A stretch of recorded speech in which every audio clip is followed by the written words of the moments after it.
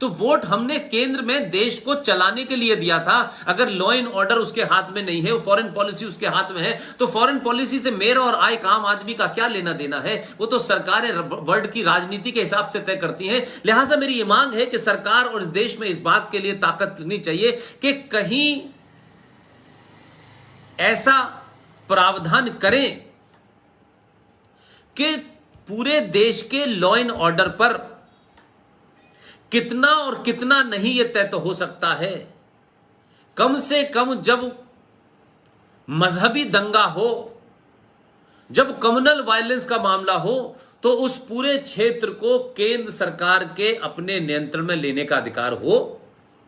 और यह ना हो कि जब हालात खराब हो जाएं और केंद्र सरकार वहां इंटरवीन करना चाहे, और केंद्र की जब वहां फौजें जाएं, केंद्र की जब वहां सीआरपीएफ जाए, तो राज्य सरकार किसी मजहब और जिहादियों को अपीज करना चाहती है, और वो ये जानती है कि जो केंद्र की फोर्सेस हैं वो शायद राज्य सरकार का ऑर्डर न माने, इसलिए राज्य सरकार उन केंद्र सरकार की फोर्सेस को उतरने ही नहीं देती, उतरने के बाद उनको काम नहीं करने देती।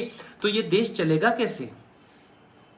अगर बंगाल की सरकार यह तय कर ले कि यहां पर बांग्लादेशी मुसलमान को सेटल कर देना है और यहां उनके रहने से उसकी सरकार बनेगी, तो भारत का एक राज्य बाहर चला गया।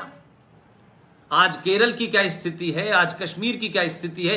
तो ये जो राज्य सरकार को एक ऐसा अधिकार दे दिया है कि वो ये तय करेगा कि राज्य के अंदर का लॉ एंड ऑर्डर वही मेंटेन करेगा, तो मुझे लगता है कि इस पे विचार होना चाहिए और ऐसे कुछ प्रावधान रखने चाहिए। सरकार को हटाने के प्रावधान की तो बात जब होगी जब सरकार में वो तमाम सारी चीजें संवैधानिक तौर पे होंगी, लेकिन लॉ एंड ऑर्डर को लेकर के कुछ जरूर मापदंड तय होने चाहिए कि एक स्थिति में केंद्र सरकार उस इलाके को अपने नियंत्रण में ले ले, सिर्फ लॉ एंड ऑर्डर के एंगल से, और राज्य की पुलिस जो उस सरकार के अधीन काम करती है, उस सरकार के दबाव में काम करती है, अपनी जिम्मेदारी पूरी नहीं करती, जो आईपीसी है उसके तहत काम नहीं करती, जो पुलिस का मैंडेट है उसके तहत काम नहीं करती, तो कैसे उस एरिया को टेक ओवर किया जाए, या किन हालातों में केंद्र सरकार को सीधे तौर पर, तत्काल तौर पर, बिना राज्य सरकार की इजाजत के वहां पर चीजों को ठीक करने की ताकत हो, इस पे विचार होना चाहिए। और मैं कहता हूं कि ये राज्य सरकार जो है लॉ एंड ऑर्डर की बात कह करके अपने राज्य में दंगा कराती है, एक धर्म विशेष के लोगों को यानी मुसलमानों को अपीज करती है, खुलेआम छूट देती है, हिंदुओं को पकड़ती है, हिंदुओं को झूठे केसेस में फंसा देती है, उनकी हत्याओं को दबाती है। तब ऐसे में केंद्र सरकार की जिम्मेदारी है कि केंद्र सरकार अपने उस नागरिक को बचाए जिसे उसने भारत की नागरिकता देने का अधिकार दिया है, और उस अधिकार के तहत उस नागरिक से कुछ वसूलने का भी अधिकार उसके पास है। तो वो नागरिक जो केंद्र को अपने इनकम टैक्स देता है, केंद्र के बनाए कानून को मानता है, भारत की प्रभुसत्ता में यकीन रखता है, लेकिन क्योंकि वो किसी एक ऐसे राज्य में रह रहा है, वहां की सरकार कोई दूसरे विचारधारा की है, तो उसकी हत्या करती है, तो वो केंद्र की तरफ देखेगा या राज्य सरकार की तरफ देखेगा, इस पे भी विचार होना चाहिए। मैं समझता हूं कि बहुत सारे चीजें हैं, जैसे मैंने कहा कि जय साईं दीपक साहब हैं, बेहतरीन आदमी हैं, बहुत बढ़िया हमारे दोस्त हैं, बहुत बड़ा काम कर रहे हैं, और इस वक्त सुप्रीम कोर्ट में लड़ाई लड़ रहे हैं कि ये जो भारत में जितने भी मंदिर हैं, चाहे वो प्राचीन हो चाहे आधुनिक हो, इन मंदिरों पे चढ़ने वाला जो आप भगवान को अपनी आस्था से जो पैसा चढ़ाते हैं, उस पैसे का 70 से 80% सरकार के खाते में चला जाता है,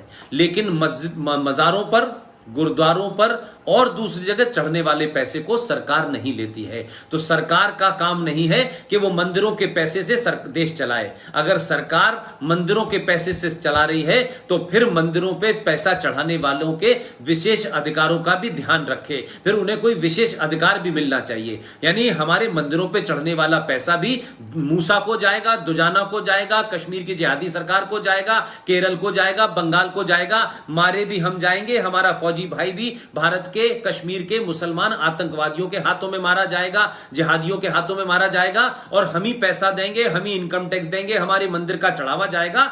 यह नहीं होगा।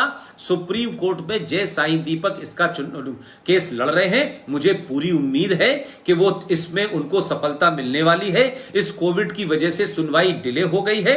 और दूसरी बड़ी खबर यह है कि कुछ लोगों ने इस देश में, यह पहला देश है, जब आप कहते हैं इटली तो इटालियन, जब आप कहते हैं अमेरिका तो अमेरिकन, जब आप कहते हैं जर्मनी तो जर्मन, तो जो वहां की बहुसंख्यक होते हैं उनके नाम से वहां के लोग जाने जाते हैं, देश जाना जाता है। लेकिन ये एक ऐसा तथाकथित देश है कि इसे इंडिया भी कहते हैं, इसे भारत भी कहते हैं, इसे हिंदुस्तान भी कहते हैं। कुछ लोगों ने अच्छा काम किया है, मैं उन्हें नहीं जानता। यह जरूरी नहीं है कि हम किसी राष्ट्रवादी को जब तक न जाने, उस सनातनी को जब तक निजी तौर पर न जाने, तो उसके बारे में बोलने से हमें कोई रोक सकता है। कुछ लोगों ने सुप्रीम कोर्ट में यह प्ली डाली है, PIL डाली है कि ये जो इंडिया है इसे रिप्लेस करिए, और इसे रिप्लेस करके इसका एक नाम होना चाहिए, ये 4-4, 3-3 नाम नहीं होने चाहिए। लिहाजा इंडिया को हटाओ, भारत एक नाम रखो। इसके ऊपर कल 2 जून को सुप्रीम कोर्ट में सुनवाई होने वाली है। यह सुनवाई 4-5 दिन पहले होने वाली थी, लेकिन उस वक्त चीफ जस्टिस साहब किसी कारण से कोर्ट अटेंड नहीं कर पाए। 2 तारीख को होगी। मैं आप सब युवाओं से कहता हूं कि इन खबरों को पढ़ें, इन खबरों पे निगाह रखें, इन खबरों पे क्या हो रहा है इस बात का ध्यान रखें कि देश की पहचान भी एक होनी चाहिए, देश का संविधान भी एक होना चाहिए, देश के कानून भी एक होने चाहिए। जब ये सेकुलर है, जब ये धर्मनिरपेक्ष है, तो ये माइनॉरिटी कमीशन क्यों है, माइनॉरिटी मिनिस्ट्री क्यों है, ये मदरसे अलग से क्यों चल रहे हैं? एक शिक्षा नीति होनी चाहिए, एक संविधान होना चाहिए, एक पहचान होनी चाहिए, एक ही वोटर कार्ड होना चाहिए, एक ही आधार कार्ड होना चाहिए। तो फिर भारत का नाम एक ही क्यों नहीं होना चाहिए? इसलिए भारत का नाम, भारत की पहचान आज 1947 से नहीं है। भारत के संविधान के आर्टिकल 1 में लिखा हुआ है, इंडिया दैट इज भारत। यह भारत 1947 को नहीं पैदा हुआ है, यह भारत हजारों लाखों साल पुरानी संस्कृति का नाम है। भारत एक जीता जागता पुरुष और महापुरुष है। यह किसी भूभाग का टुकड़े का नाम नहीं है, यह जीवित संस्कृति और संस्कारों और आदर्श और मूल्यों का नाम ही भारत है।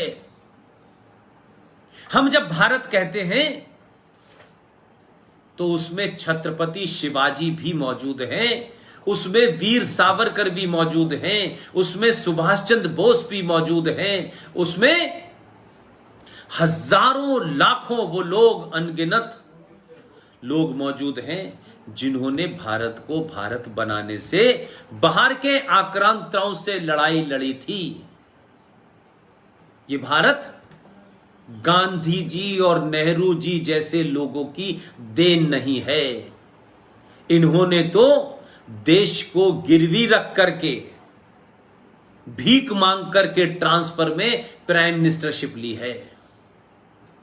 इन्होंने तो 1943 में जिस आदमी ने अंग्रेजी हुकूमत की चूल्हे हिला दी थी, उस आदमी का सौदा किया जिसने यूनाइटेड भारत को आजाद घोषित किया, प्रधानमंत्री का भी पद की घोषणा कर दी, बैंक भी जारी कर दिया, करेंसी भी जारी हो गई, फौज भी थी।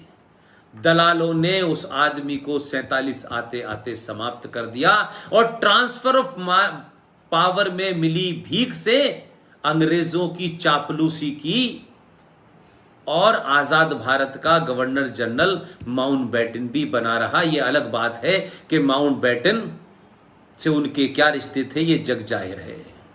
इस इतिहास को कूड़ेदान में डालिए। इस इतिहास को लिखने वाले लोग भी अब कूड़ेदान में चले गए हैं। उनके वंशज आज भी उसी मानसिकता से भारत के अंदर राज करना चाहते हैं। ये वही भारत के पहले प्रधानमंत्री हैं कि जिस कमेटी के वो चेयरमैन थे, जो कमेटी ये तय करती थी कि भारत रत्न किसको दिया जाए, उन्होंने खुद ही चेयरमैन होते हुए अपने आप को भारत रत्न दे लिया और खुद ही अपना प्रोफाइल लिख के राष्ट्रपति को भेज दिया कि मुझे इन कारणों से मिलना चाहिए। आज वो लोग सत्ता जाने से बौखलाए हुए हैं। आप लोग युवा हैं, आप किसको वोट दें इसमें मेरा कोई इंटरेस्ट नहीं है। मेरा इंटरेस्ट इसमें है कि वोट देना न देना आपके हाथ में।